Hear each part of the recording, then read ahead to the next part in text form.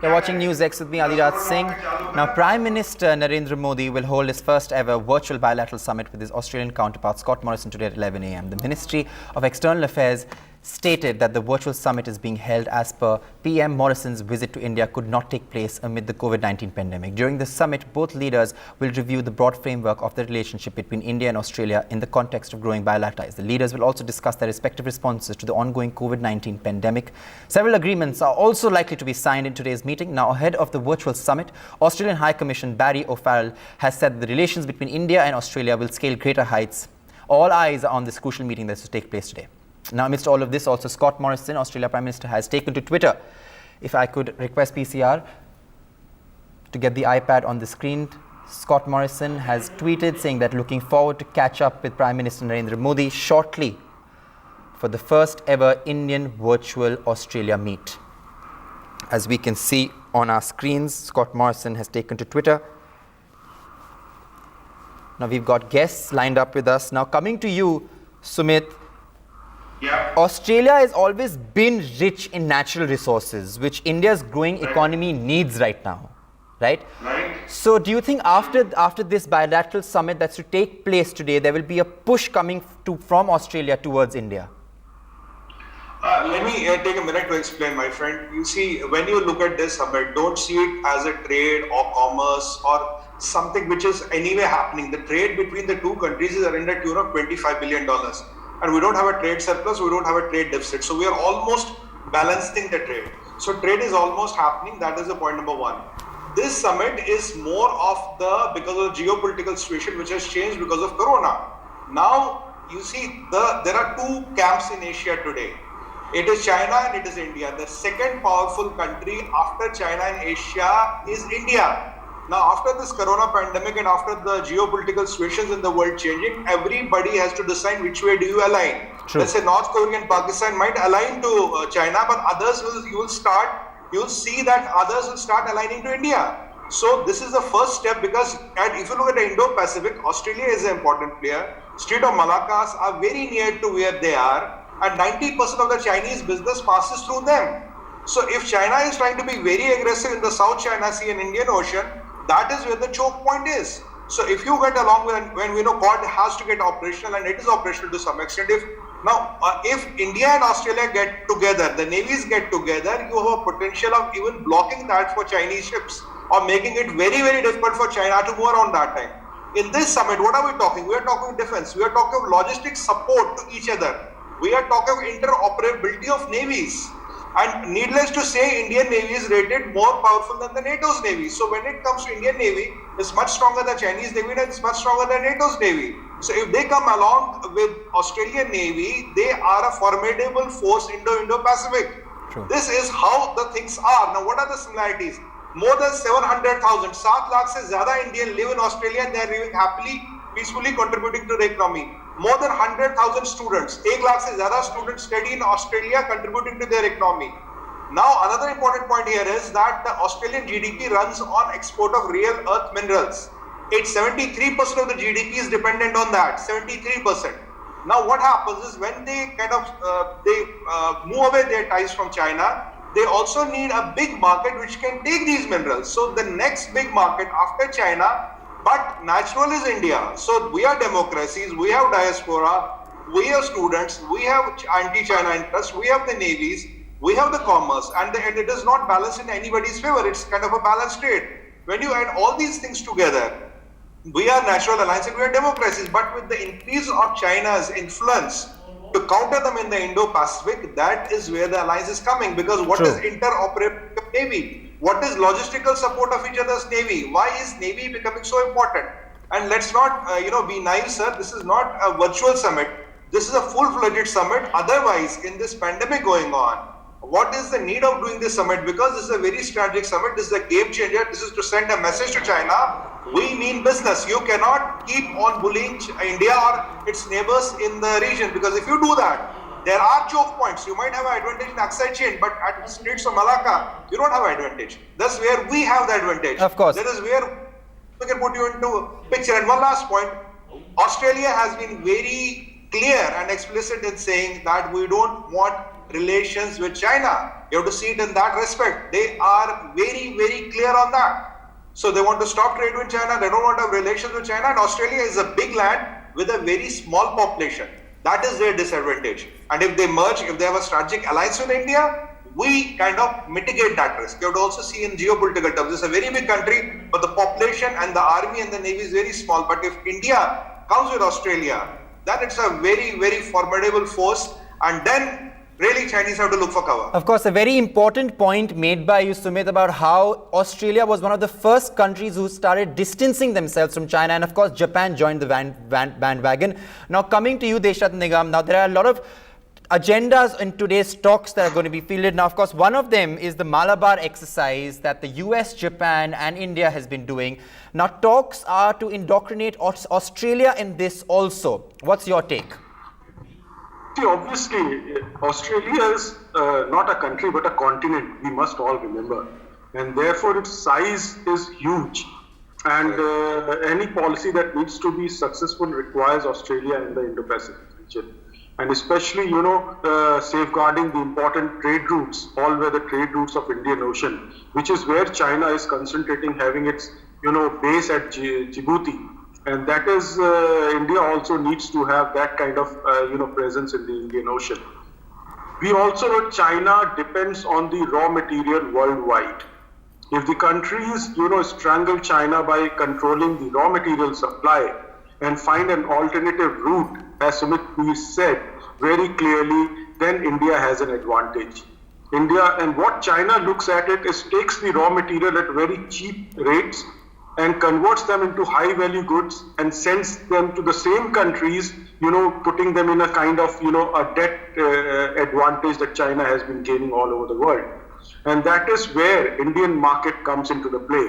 A huge market, huge talent pool, huge qualified, skilled workforce. And if India is able to, get these raw material resources from countries like Australia, I think Indian economy, which was on the rise from 5 to 5.25% before the pandemic began, I think we will be, taking great heights. Even otherwise also, IMF and World Bank said India's economy will not go below 1.9% even after the pandemic. And the rest of the countries were having their GDP growth in negative. So these are the plus points that India has to concentrate on, and India can have those bilateral relations with countries like Australia or Germany, or for that matter, other important European countries, and Brazil for that matter, to the next level now. That is where India's role is becoming, and everybody, trusts India. China is untrustworthy. It is dishonest. We have all seen. On the other hand, India is known as a very trustworthy partner throughout the world. It is transparent. It has a system of accountability and responsibility in its excellency, checks and balances in आपसे इस digital माध्यम से मिलकर मुझे बहुत खुशी तो है ही है, लेकिन थोड़ी निराशा भी है, क्योंकि हमें भारत में आपका गर्मजोशी से स्वागत करने का अवसर नहीं मिल पाया। पहले जनवरी में और फिर पिछले महीने हम आपकी भारत यात्रा की प्रतीक्षा कर रहे थे, लेकिन दुर्भाग्यवश दोनों ही बार यात्रा स्थगित करनी पड़ी। हमारी आज की मुलाकात आपकी भारत यात्रा का स्थान नहीं ले सकती है। एक मित्र के नाते मेरा आपसे आग्रह है कि स्थिति सुधरने के बाद आप शीघ्र सपरिवार भारत यात्रा का प्लान करें और हमारा आतिथ्य स्वीकार करें। एक्सेलेंसी, भारत ऑस्ट्रेलिया संबंध विस्तृत होने के साथ साथ गहरे भी हैं, और यह गहराई आती है हमारे shared values, shared interest, shared geography और शेयर्ड ऑब्जेक्टिव्स से। पिछले कुछ वर्षों में हमारे सहयोग और तालमेल में अच्छी गति आई है। यह सौभाग्य की बात है कि हमारे संबंधों की बागडोर का एक छोर आप जैसे सशक्त और विजनरी लीडर के हाथ में है।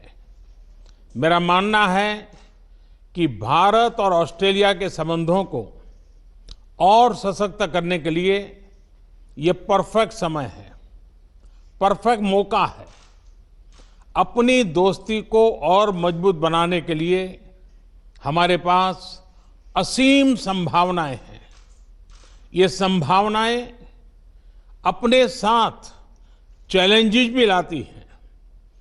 चैलेंजेस की किस तरह इस पोटेंशियल को वास्तविकता में ट्रांसलेट किया जाए ताकि दोनों देशों नागरिकों, बिजनेसेस, एकेडमिक्स, रिसर्चर्स इत्यादि के बीच लिंक्स हो और जो और मजबूत बने। कैसे हमारे संबंध अपने क्षेत्र के लिए और विश्व के लिए एक फैक्टर ऑफ स्टेबिलिटी बने, कैसे हम मिलकर ग्लोबल गुड के लिए कार्य करें, इन सभी पहलुओं पर विचार की आवश्यकता है। एक्सेलेंसी, समकालीन विश्व में देशों की एक दूसरे से अपेक्षाएं और हमारे नागरिकों की हमसे अपेक्षाएं बढ़ गई हैं।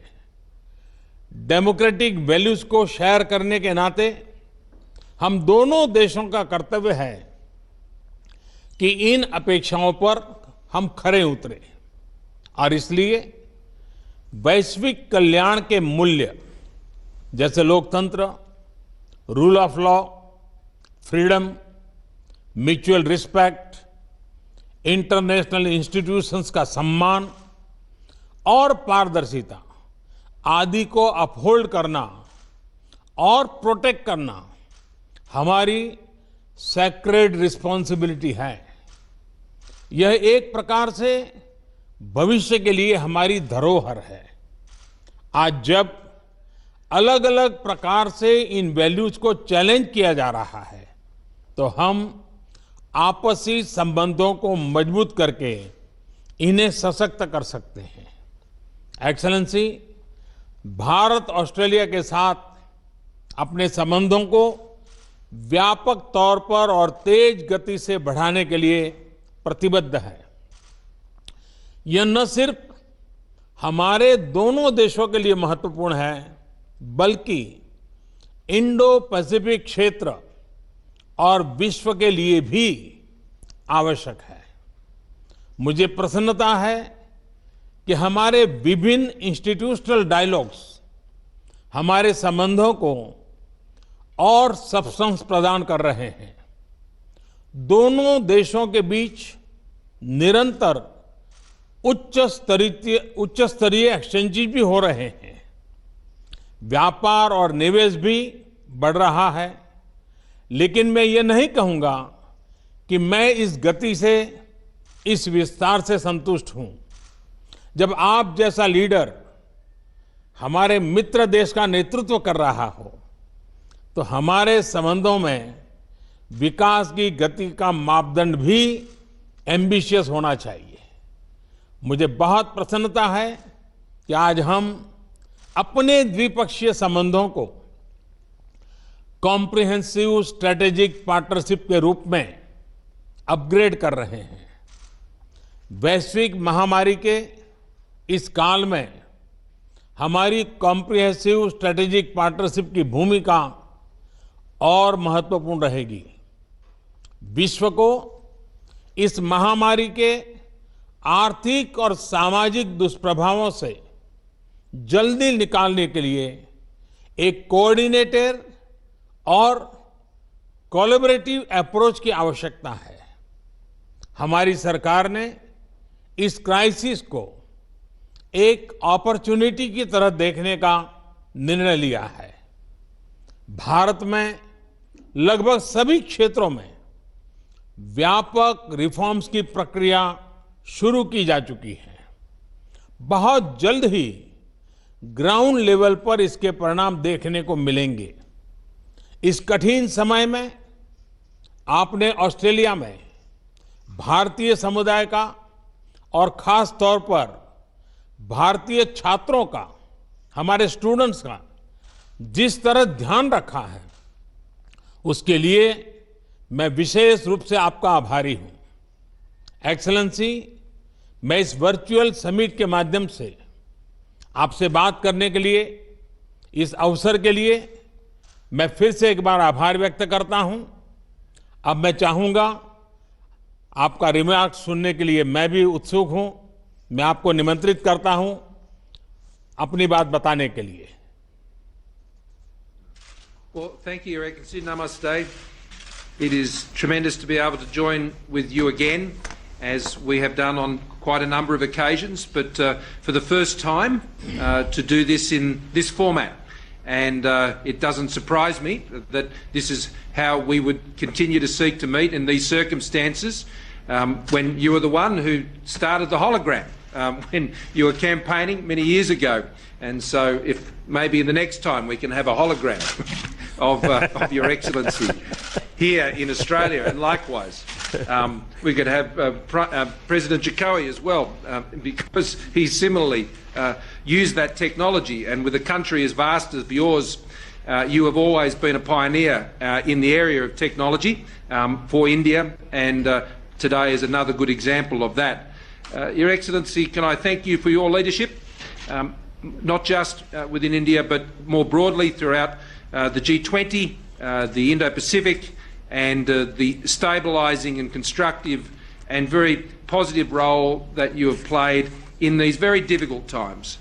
Together with our friends such as Prime Minister Abe, this has been so important in our region, and to provide that steadying and stabilising and wise influence during what is an incredibly difficult time for all of our countries, and we wrestle with those challenges each and every day. Can I also convey our deepest condolences to all of those impacted by Tropical Cyclone Amphan.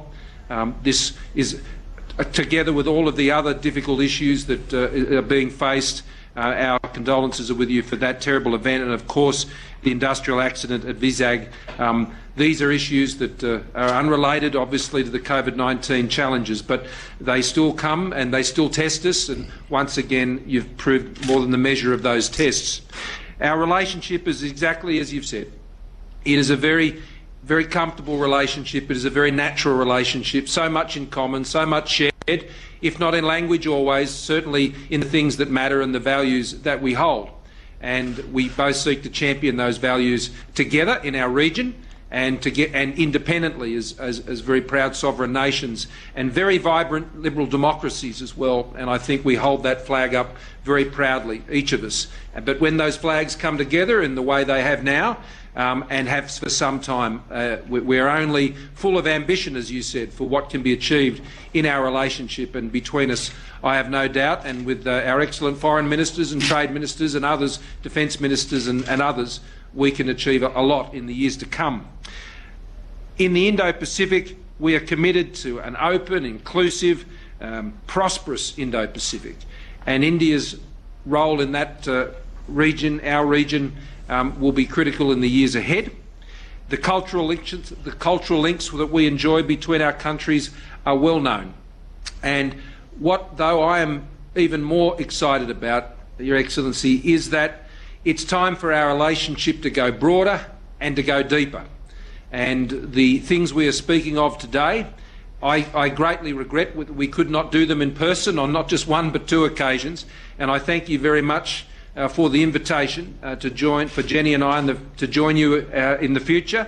I know she's very much looking forward to it, and so we thank you. She'll be pleased when I tell her tonight, when I get on the phone, that Narendra has invited us again, and she'll be very pleased about that. So we'll look forward to doing that when we can all travel. But I suspect there'll be perhaps some other opportunities where we will meet. I understand perhaps at the G7, with that going ahead later in the year, and other events as we draw to the close of the year. Today, science and technology, a new special grant round between our two countries for a program that is really joining our scientists together. This is exciting. A joint declaration on a shared vision for maritime cooperation in the Indo-Pacific. We share an ocean, and we share responsibilities for that ocean as well. Its health, its well-being, its security, and the relationship we're forming around those issues in our maritime domain, I think, is the platform for so many other things between our countries. The mutual logistics support arrangement and a defence science and technology implementing arrangement. These are the the substantial things that good friends develop together that provide the opportunity for the many other commercial opportunities that come our way. In a time like this, we want to deal very much with friends and trusted partners, and this is a partnership which has stood the test time and again and is during the course of this current crisis. We share a vision for open, free, rules-based multilateral systems in our region, whether that's in the health area or it's in trade or in other places. We engage in those as confident but sovereign nations, advancing, of course, our own interests and mindful of our own domestic challenges. And I think you've navigated that path incredibly well, and we thank you for the way you continue to engage in those fora in such an open and honest and transparent way.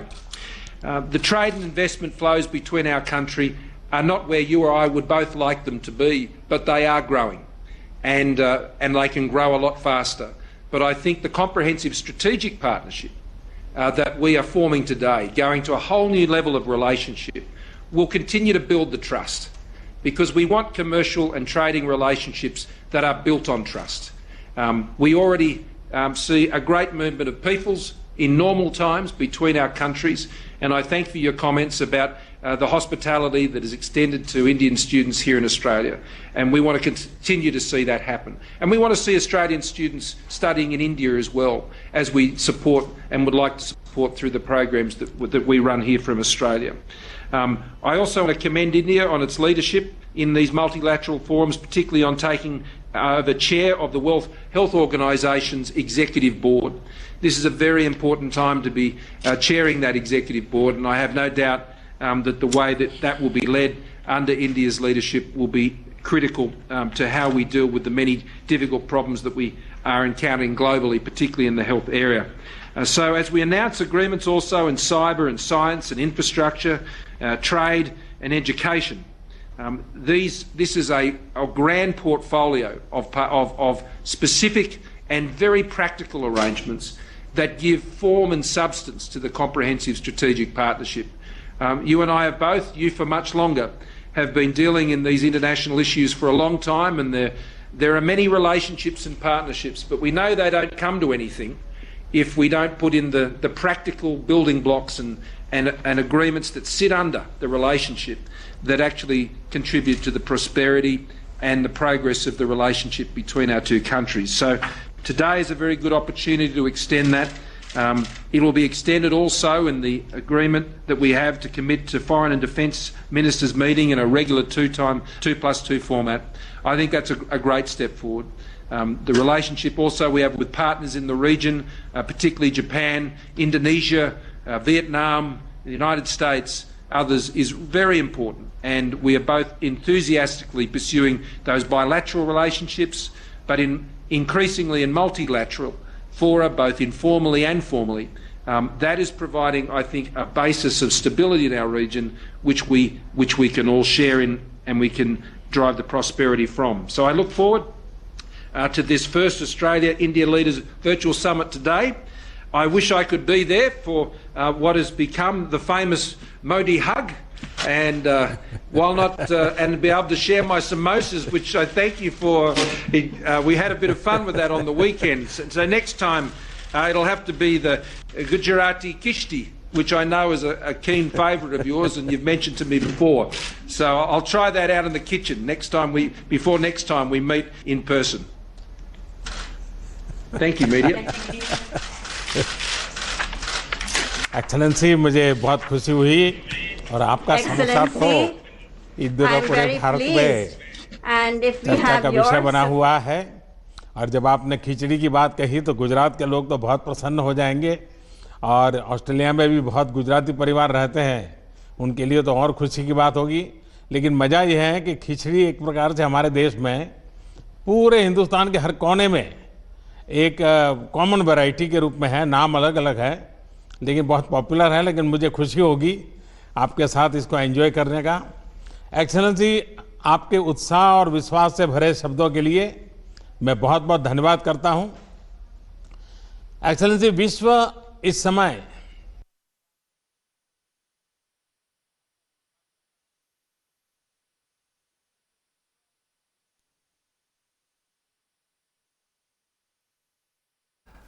Of course, as we can see, the bilateral meet has started where Prime Minister Scott Morrison has thanked the Indian diaspora living in Australia. We're going back.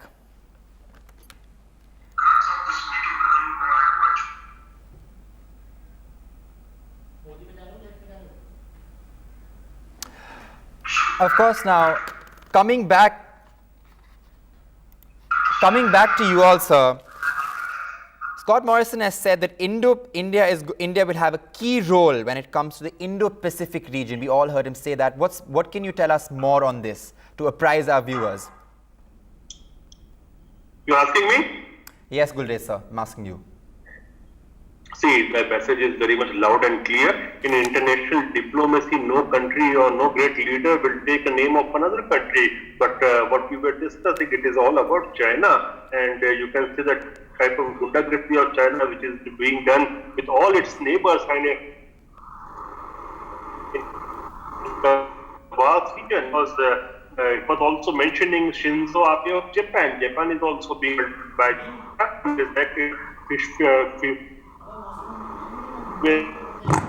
followed by the sank a Vietnamese boat, some